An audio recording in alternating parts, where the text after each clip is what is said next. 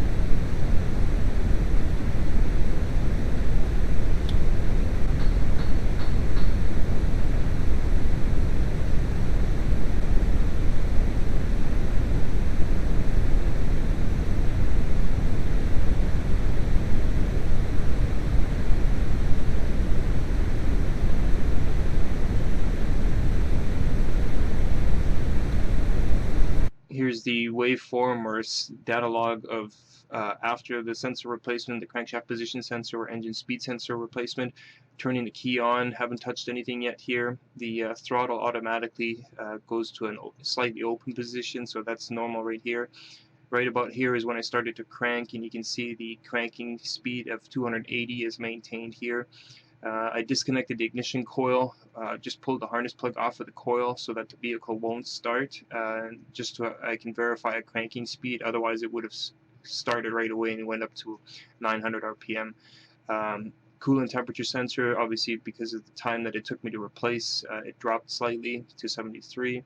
And then obviously once the vehicle was cranking sufficiently enough, and the computer started to take into account air mass calculations, etc., it was also spitting out a value here, whereas before it didn't, again because it was relying on the engine speed sensor.